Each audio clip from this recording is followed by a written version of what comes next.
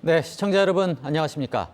성탄절인 오늘 캐롤이 울려 퍼지는 거리에 사람들이 북적이는 휴일 모습은 볼 수 없었습니다.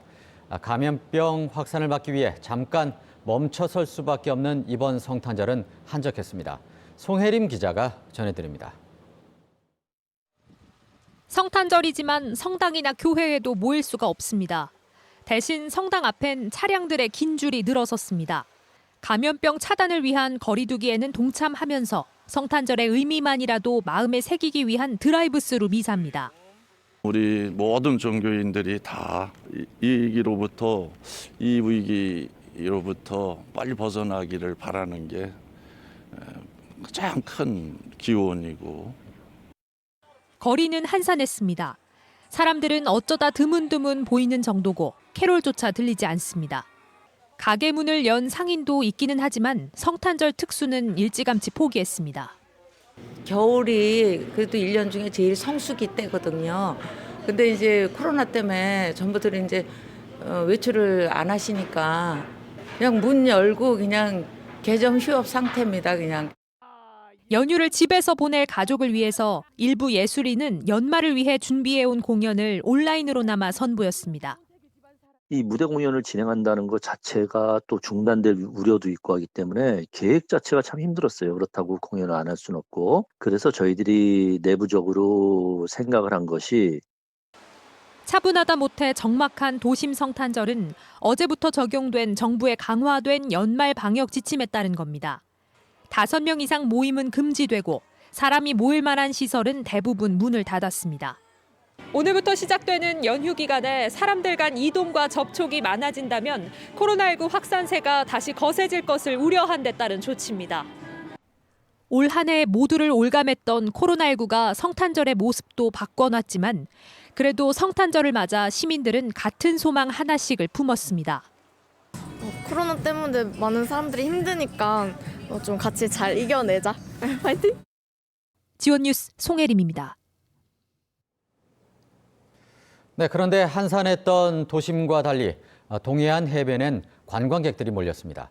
정부가 강력한 방역 대책을 내놓고 자치단체장까지 연일 방문을 자제해달라고 호소하고 있지만 소용이 없었습니다. 신건 기자가 취재했습니다. 커피거리로 유명한 강릉 안목해변. 정부의 특별 방역 대책에 따라 해변엔 출입을 막기 위한 통제선이 설치됐습니다. 사람들이 들어가지 말라고 이렇게 출입 통제선을 쳐놨지만 인증샷을 찍기 위해 이 출입 통제선 안쪽으로 들어간 사람은 셀 수 없이 많습니다. 커피를 마시기 위해서 아이가 넘어가고 싶어서 저마다 선을 넘어갔다고 말합니다. 애기가 자꾸 들어간다 그래가지고 잠깐 들어갔다가 나온 거예요. 안 쳐져 있는 데로 이렇게 들어와서 나가지 못하는데 오히려 저희는 못 나가는 거예요. 숙박업소 예약률은 50%로 제한했고 유명 관광지도 다 문을 닫았지만 동해안 곳곳엔 평소 주말 못지않은 관광객이 몰렸습니다. 시청에서 단속하면서 통제에 따르지 않으면 감염병 예방법에 따라 과태료 10만 원을 부과한다고 했지만 별 소용이 없습니다. 안 그래도 부족한 인력에 70km가 넘는 해안선을 꼼꼼하게 지키기 어렵습니다. 경포 해수욕장 같은 경우에는 모든 구역이 다 오픈되어 있는 그런 구역이기 때문에 방문, 이 안목 해수욕장, 송정 해수욕장 이렇게 3개 해수욕장 같은 경우에는 저희가 오토바이를 이용해서 이렇게 순찰 근무를 돌고 있는데 정부의 특별 방역 조치는 내년 1월 3일까지인데 강릉시는 해맞이 관광객이 몰릴 걸로 보이는 31일과 1월 1일에는 단속 인력을 최대한 투입하고 지역 내 모든 식당에서 취식을 금지할 방침입니다. 주연뉴스 신건희입니다. 성탄절인 오늘 도내에서는 코로나19 확진자가 추가로 17명이 발생했습니다. 강원도 보건당국에 따르면 오늘 춘천에서는 4명, 원주에서는 8명의 코로나19 확진자가 나왔습니다. 철원과 강릉, 속초에서도 확진자가 나와 동선 등 역학조사가 진행 중입니다. 특히 철원에선 최근 집단 감염이 발생한 요양시설을 감염고리로 확진자가 계속 나오고 있습니다.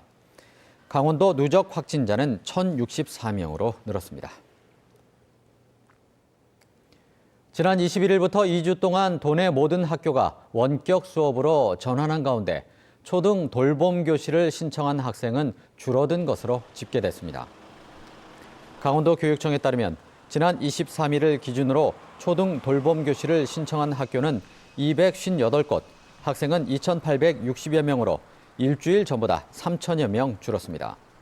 도교육청 관계자는 최근 학교에서 코로나19 확진이 이어지면서 혹시 모를 감염 걱정에 등교 자체를 꺼리는 것 같다고 설명했습니다. 강원도교육청은 원격 수업 전환 이후 돌봄교실 한 곳당 수용 가능 인원을 기존 20명에서 10명으로 줄였습니다. 강원도가 춘천 레고랜드 옆 강원 컨벤션 센터 건립 사업을 다시 추진합니다. 레고랜드 주차 공간 확보를 위해서도 꼭 필요한 사업이라 사활을 걸고 있는데요. 정부 심사에서 통과될지 여부가 관건입니다. 김기태 기자입니다. 지난달 강원도는 춘천 중도에 조성할 예정인 강원 국제 컨벤션 센터 건립 관련 지방재정 중앙투자심사에서 사실상 탈락했습니다. 1,816억 원가량의 사업비가 투입되지만 경제성 분석 결과 B씨가 0.33에 불과해 사업 추진 타당성이 낮다며 재검토 결정을 받은 겁니다. 야권은 물론 지역 시민사회단체들이 강하게 반대하고 있다는 점도 일부 영향을 미친 것으로 전해졌습니다. 하지만 강원도는 강원 국제 컨벤션 센터 건립을 위해 조만간 중앙투자심사위원회 재심사를 다시 요청할 계획입니다. 영국 멀린사와 체결한 MDA, 총괄 개발 협약 때문입니다.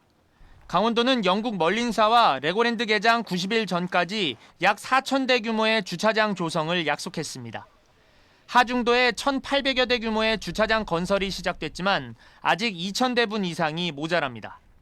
결국 컨벤션 센터 건립이 성사돼야 그 주차장을 활용할 수 있습니다. 주차장이 제때 완공되지 않으면 계약 위반에 따른 손해배상 소송 가능성이 높습니다. 행안부 중앙투자심사에서 반려된 사업을 레고랜드 주차장 해결을 위해 다시 편입시키면 레고랜드 사업 전체의 불투명성이 더욱 커질 수밖에 없습니다.